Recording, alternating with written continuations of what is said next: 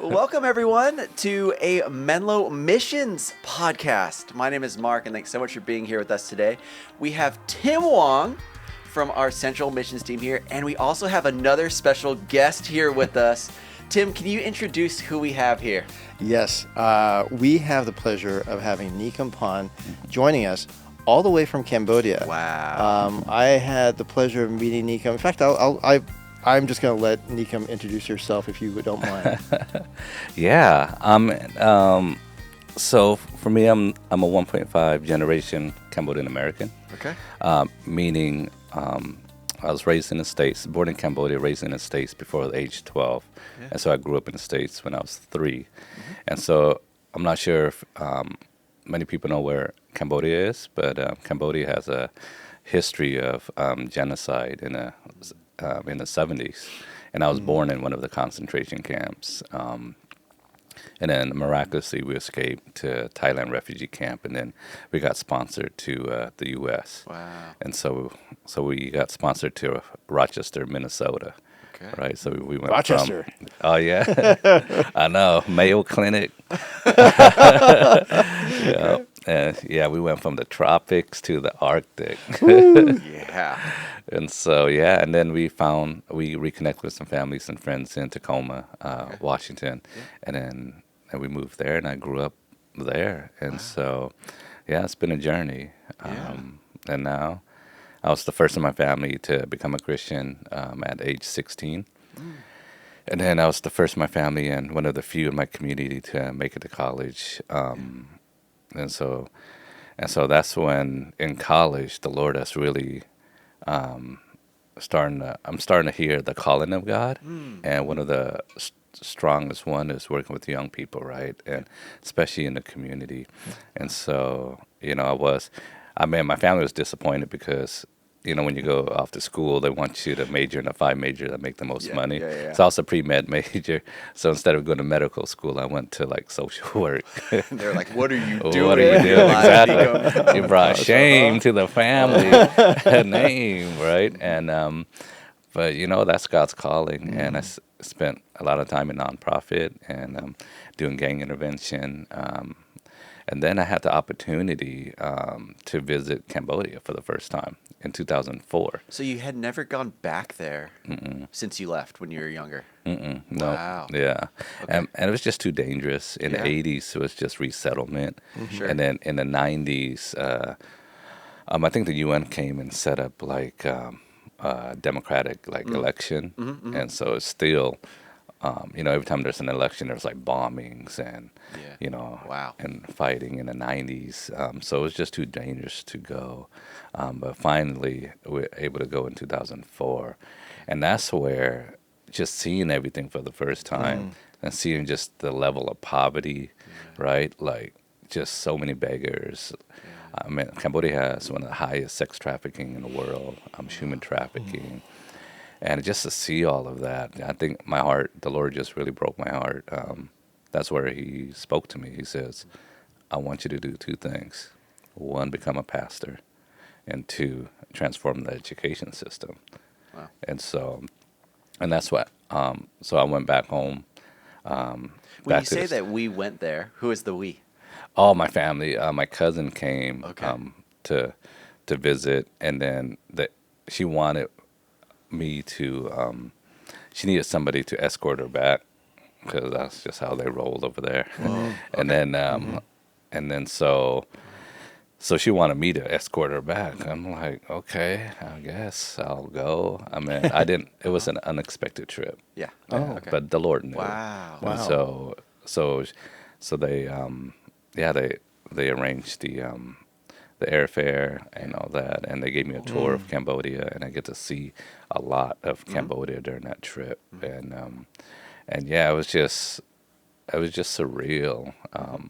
And then coming back, I was just so motivated to really follow God's calling because I heard it very clearly, right?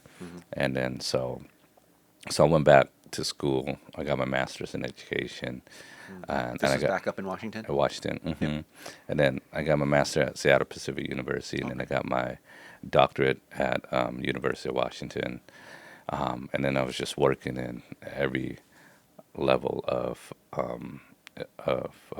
education, and and really learning all the different models of schooling, and so yeah, and it was so I've been doing that for a long time, and it was just it's just a testament to God to be the first Cambodian American to get a PhD in Washington State.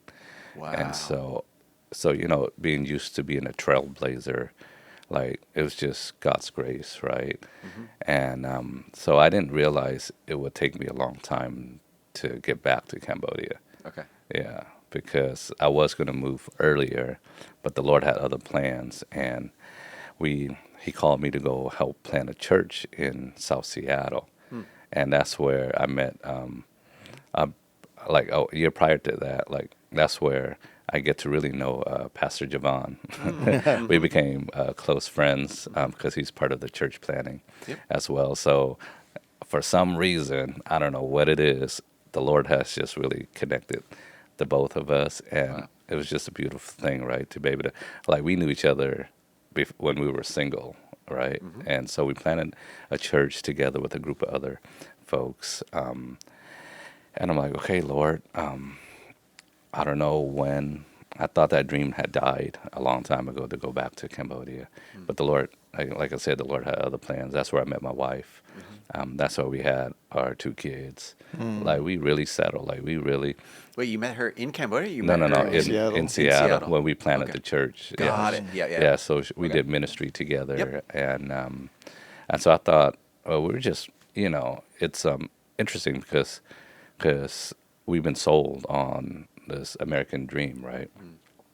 And we made it, like, for somebody from the killing fields, from a concentration camp to the U.S., we made it, like, we bought a home in South Seattle. I got married. Wow. We got 2 kids. We got a picket fence, right? And then, you got to have a dog. Just missing a little golden retriever or something. No, we went, we go all out with a dog, right? Because I'm not a dog owner. I don't know any of the dog species. Breeds. Yeah, that's it, breed. I like species, model. The dog or wolf or coyote? I don't know. So I went to go get a puppy for my son, for Moses, right? Okay. And it was like his birthday or something. And we got a Newfoundland. And I was like, oh, that's a cute puppy. And but I didn't know a year later it was going to be 150 pounds. That's crazy. But we love Toby. He's great. Okay. But the dream, like we made it. We made the American dream, and it was just so unfulfilling. It was like, this is it, right? Yeah. And it was not it for me. I mean, there's nothing wrong to own a home and all that, right. But if that's your end goal, like, it's just very unfulfilling, right? And so there's a gentleman who goes to a church in Bellevue, and I know him through just my coworker, and they've been doing work in Cambodia, and he's been recruiting me to go for like 2 years. I was like, when are you gonna come? Like, we'll pay for the whole thing. I'm like, come on, I just got married. I just had a you know what I'm saying, like, kid. I just had a baby, and now we just had our second child. There's no way I can leave my wife with 2 kids, like, on a trip like this. And then he's like, what if we pay for your whole family? And I'm like, well, let me talk to my wife. It's a little different. A little different. Let me talk to my wife. And so she's like, let's go. And it was great because the orphanage, the work that he's been doing is in Bantamong, where I was born. And so it's like, wow, I get to go to my hometown. Wow. And so we went, he paid for it 3 years straight. And so on the 3rd year, on 2018, the Lord just really revived that dream to transform the education system. And so I was talking with God there during that trip. I was like, Lord, okay, if you want me to go, please just speak to my wife.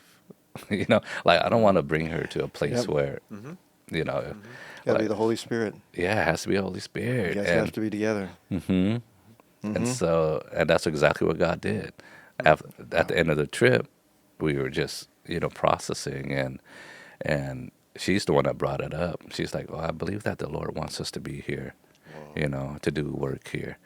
And I'm like, you know what? I completely agree. I believe the Lord wants us to be here too. Yeah. And so He reawakened that dream. And once we heard clearly, that was a strong confirmation from God. And then 2018, we went back to Seattle, sold our home, sold our car. We had to rehome our Newfoundland, and yeah, we bought a one-way plane ticket, and my daughter was she was, how old was she? She was 3 years old. My son was 5. Yeah. And, I meant to move your whole family across the country with 10 suitcases. And we didn't know what. I mean, in theory, I know how to build schools and all that. Yeah. But like in practice, Right. in Cambodia, I was going to say, a totally different landscape. it's totally different, Yeah, right? And totally different system, standards, all that stuff. all that, and it was just wow. We just followed God's calling. We went, and that was it. The Lord just continued to open doors. He continued to connect me with the right people, and then COVID happened, Oh. right? And so we're a year behind when COVID happens. We were like, now we gotta pause, like our school building, because I was working on just the school registration, learning the system there. Right. My wife, she loves kids, so she went back to school for early childhood education at the University of Washington. It's all fully online, and it was just such a, it was a perfect situation for her, and so and then we decided whether it's COVID or not, we're going to start the school. And we started off with distance learning because eventually the whole country got shut down. But we did distance learning. My wife was just, very instrumental in starting our early learning center. Oh, cool. And I didn't know that I was going to go to Cambodia and be a stay-at-home dad, right? Yeah. Because a lot of I still do consulting work, and so a lot of my clients are in the Seattle area, and so the time difference. So I'll be up in the middle of the night, and I also teach at a university as an adjunct faculty, and so I'll be up in the middle of the night, and then in the daytime my wife is getting the curriculum and everything up and running in the school, and then I got the kids, right? And then by then we adopted 2 kids, so then we went from 2 to 4. Yeah, Yeah. which is a big, It's a big it's leap. an exponential jump. It's exponential. Yeah. I was not ready for that. Yeah.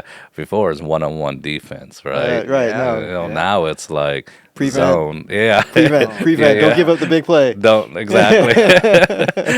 It's like another fast break point. Oh, no. But I learned. But it was good because the Lord knew what I needed. I needed to learn how to just slow down. I needed to learn how to be a father.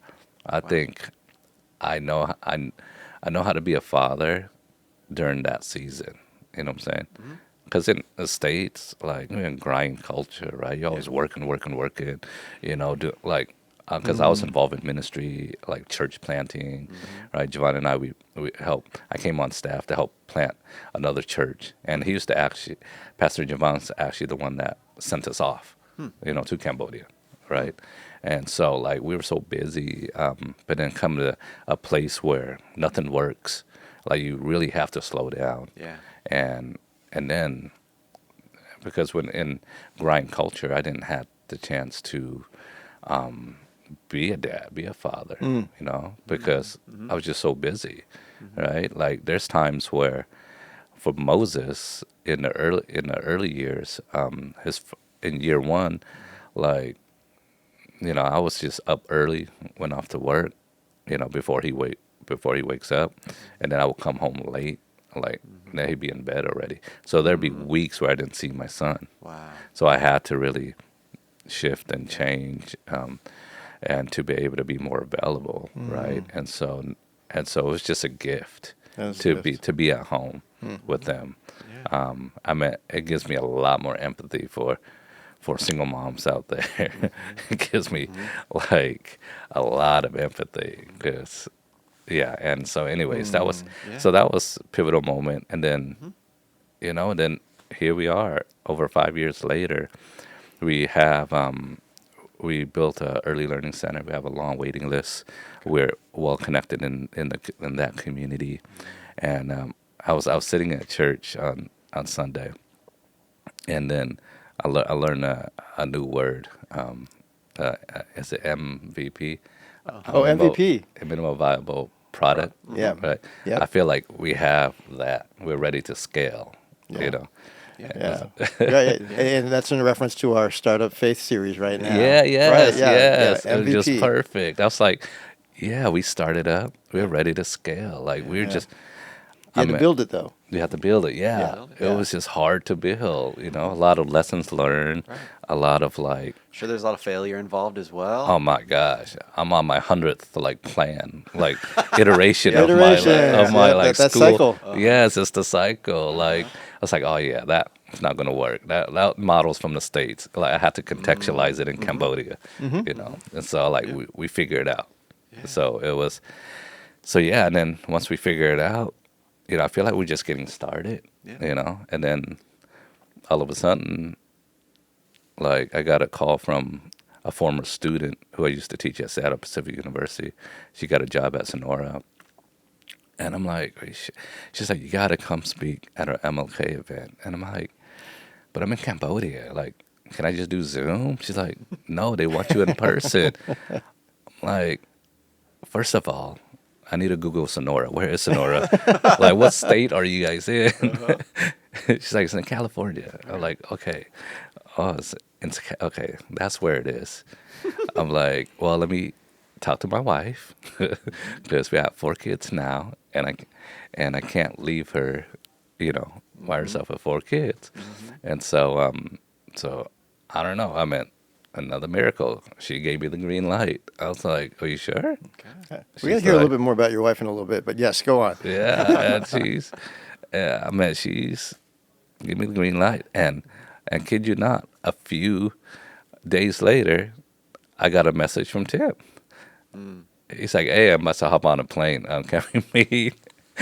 Got your number from like Javon. And I was like, okay.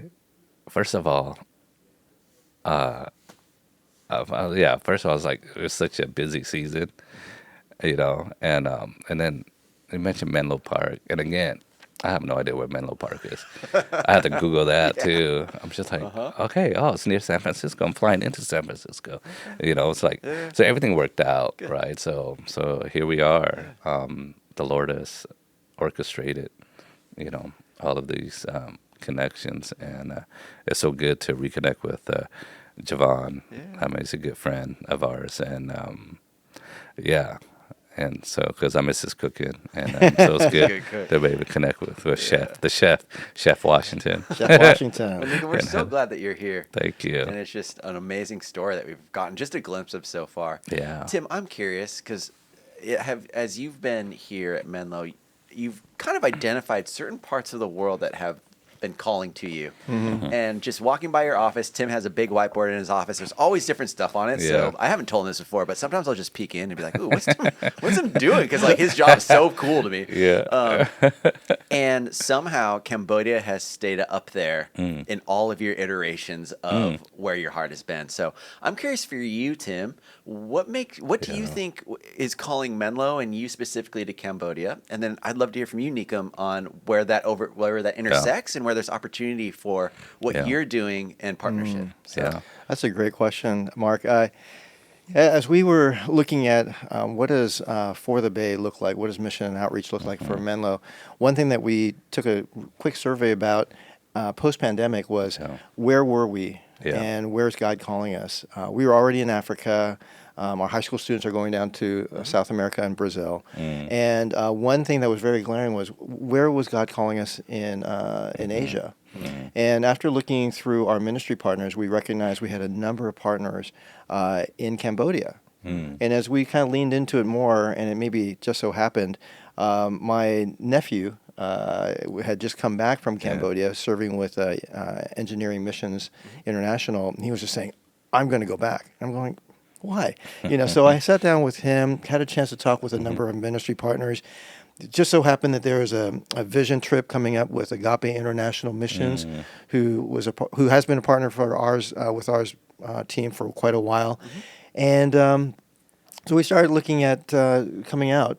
And in the midst of that, we started meeting asking them to introduce us to different ministry partners, because strategically we kind of see ourselves as really investing long term in geographical locations. That we didn't want to just be, we really wanted to lean into helping without hurting, and making sure that we were not just doing some sort of tourism, but really kind of understanding the people, the culture, really listening, learning, and loving the people, and coming alongside the ministry partners that are already boots on the ground, really understanding what we can learn for the Bay Area. How can we actually reach our community here? And when we looked at Cambodia, it was just amazing. What's the number of Christians that are in Cambodia? About less than 2%, so it's about 200,000. Wow. Okay. Yeah. Yeah, and what I think there's common themes that we kept on hearing when we were there from different people, and like what would you say the spiritual climate is in Cambodia? Yeah, it's pretty. It's pretty dark. Like it's because it's majority Buddhism, and with a lot of ancestry worship. And even with the Christianity, they lump like Mormonism, Jehovah's Witness all into one, right? And so it's really, I think the number is less than that. So the harvest is definitely plentiful, but just the laborers are few, Yeah. And I remember sitting down with a number of people that were Cambodians sharing about the differences of the provinces versus the city. Can you share a little bit more about that? Yeah, all of the resources are concentrated within the city, and it's not much in a province. So with a province, it's hard to really find residents who are ages 15 to 55. Because there's just not much resources there, right? And so you see a lot of elderly taking care of a bunch of kids, and so so if you're able to work, you're at that working age. There's only two routes for you. You either go to Thailand and go there undocumented, right? So it's kind of like similarly, it's kind of like Latinos here in America. It's like Cambodia and Thailand. So there's about 3 million Cambodian in Thailand. So they work under the table and send money home. Gotcha. Or you go to Phnom Penh or a couple of the major cities, right? But Phnom Penh is like the hub. That's why the city continued to grow and expand, is because there's nothing out in the province. And if you want to get an education or college, it's all in Phnom Penh. And so people just go there to find opportunities. Yeah, and so, but the province is just, it's an eerie feeling when you go there. And it used to be agriculture in terms of like the main economy, but the problem is that that even that knowledge is being lost in the province, because you don't make money off of agriculture because of just there's no future. There's no future, right? Because you actually lose money. Yeah, if you want to farm there. So there seems to be constant exploitation of workers. Yes. Yes. The government seems to turn a blind eye to everything. Yep. A lot of corruption in the government is what's understood. Yep. And maybe even enlighten us a little bit, because your calling was to education. What is the education system like? So what we have built at Shine Early Learning Center, because, I believe the Lord has really, I'm just a firm believer and in the kingdom of God, starting as small as a mustard seed, right? And then from there it grows. So we stayed small for a purpose. One, we value quality, right? And then secondly, it allows us to really understand the system a lot better and to be able to fine tune our system. And now we're at that juncture in phase 2 of like okay, we understand it now. Like we figured it out. Now it's time to scale Yeah. to scale out, and so we're able to figure out to be able to provide international standard education in underserved community. I've traveled around Cambodia quite a bit to really visit so many different schools, and it's the only one of its kind. So Yeah. So I'm going to highlight that a little bit. International schools are really highly valued by Yep. their marketing. Yep. Like they're teaching Khmer, Yep. the language, as well as English. Yep. So that's internationally marketable. And then you mentioned earlier fake international schools, which have the title of being international school, but not really delivering on the product. So No. there's a number of those fake international Oh yeah, schools. yeah, hundreds. But you're trying to create a real one. a real international school and catering to the Cambodians. Yes. Which, because like the other ones are not, No. right? That one not.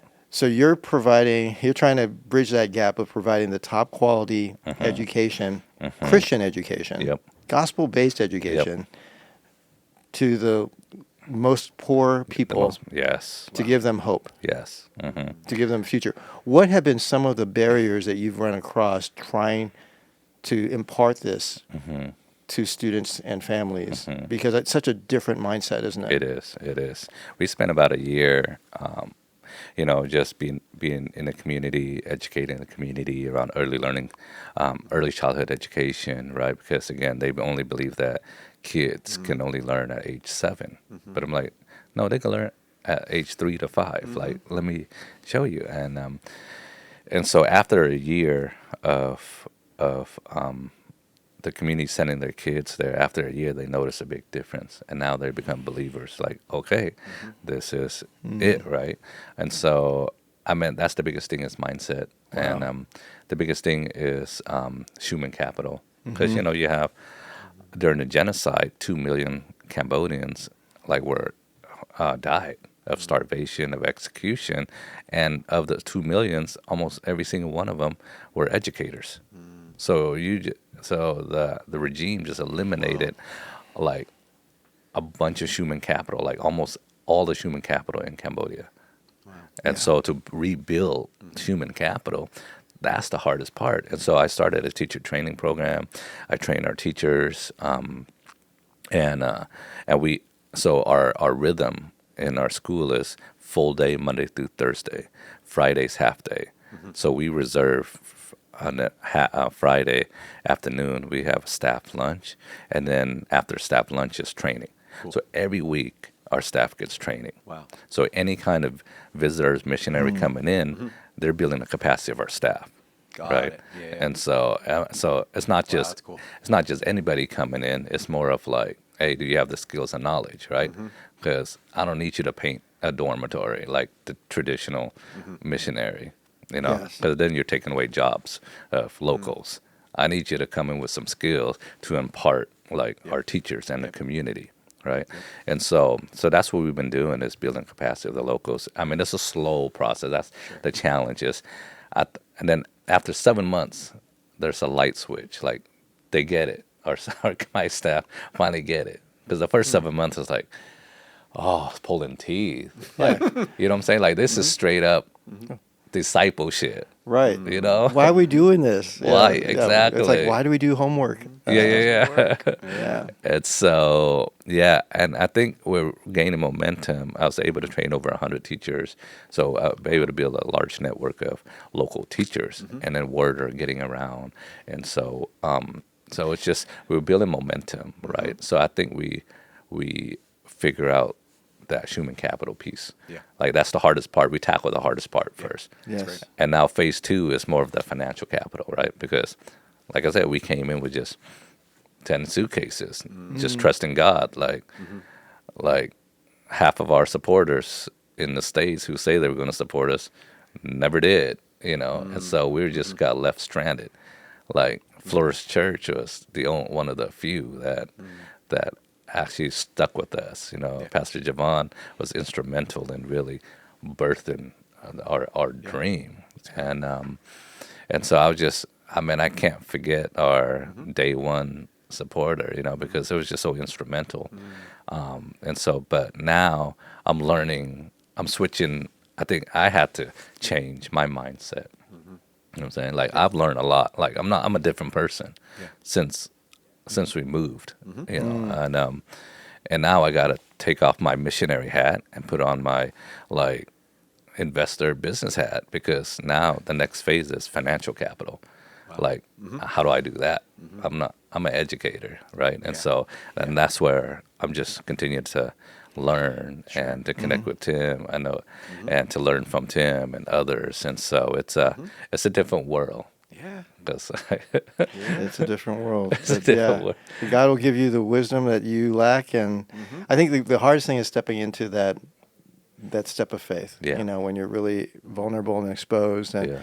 I think this is amazing to me because I don't know another country that's like Cambodia that's went Yeah. through as recently Yep. as Cambodia, As recent. the genocide, Yeah. the killing fields. Yep. And one thing that hit me during our trip was truly in that rebuilding process, Yep. correct me if I'm wrong, the only survivors from that were either victims Yep. or perpetrators Yep. or both to start the country again. Yep. Mm-hmm. And so the brokenness that we see in Cambodia is Yep. as a result of that. Now they're seeking a moral framework. Yeah, Like that's you right. know, what's our why? That's right. Where's our hope? That's right. So I think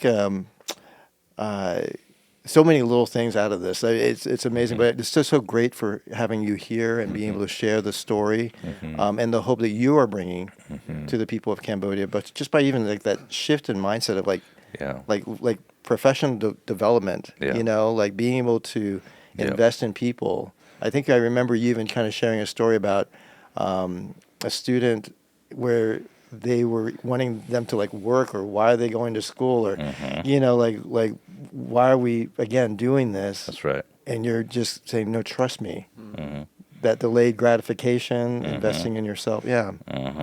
Oh yeah, everybody's on survival mode over there. There is no delayed gratification. There's just because it's either like the hardest thing about the most challenging thing about here in the States is, oh man, what are we going to eat for dinner tonight? Right? It's like, oh, it's a tough decision, and but there it's like, like, well, it's if like, are we actually going to eat? You have to work, right? If you don't make ends meet at the end of the day, you're not going to eat, right? And so it's just a different circumstance and condition, and yeah, everybody's on survival mode over there, and so there's no purpose in going to school there, because okay, even if you go to school, you graduate, then what? Yeah. There's no job, right? So for them, because the job in the one percenters, the one percenter put their kids in international schools, and then their kids go study abroad, right? And a university around the world, they come back. Government positions are passed down to their kids. Yeah. There's already a position for you, like your destiny has already been mapped out for you, or your family business. Yeah. Right, and so you're taking over the family business. Got it. Like that's it. But what about the rest of the 90% or so? Right? There's nothing. There's no structure for them to come to. Right, and so there's only textile, factory worker, tourism, or lately the past 7 years has been real estate development because of Chinese investment. Oh, Right. interesting. Yeah. Yeah. And so, and speaking of Chinese investment, we have a window of less than 10 years in Cambodia. All right, because the surrounding countries, you cannot open up a private Christian school. You can't really preach the gospel in the other countries. Malaysia and Indonesia is the highest Muslim population in the world. Right, it's illegal to open up a Christian school. Vietnam kicked out their missionary. China, after COVID, kicked out their missionary, right? Like Thailand, that's where all of the U.S. NGOs, like most of U.S. going to be anywhere in Southeast Asia, be Thailand. Yeah. But Cambodia, there's this window of opportunity. They are, you could tell many of the government workers, they're struggling. They're in the middle. They're like, who do we become loyal to? Yep. Like China has invested a lot, and we owe a got lot the of money money. to China. They've got the money. And then U.S. is like, well, there's the West. We don't want to, piss off the West. So they're struggling. And so here's an opportunity to be able to really build out the structure, meaning the private Christian schools, and build it out all over Cambodia.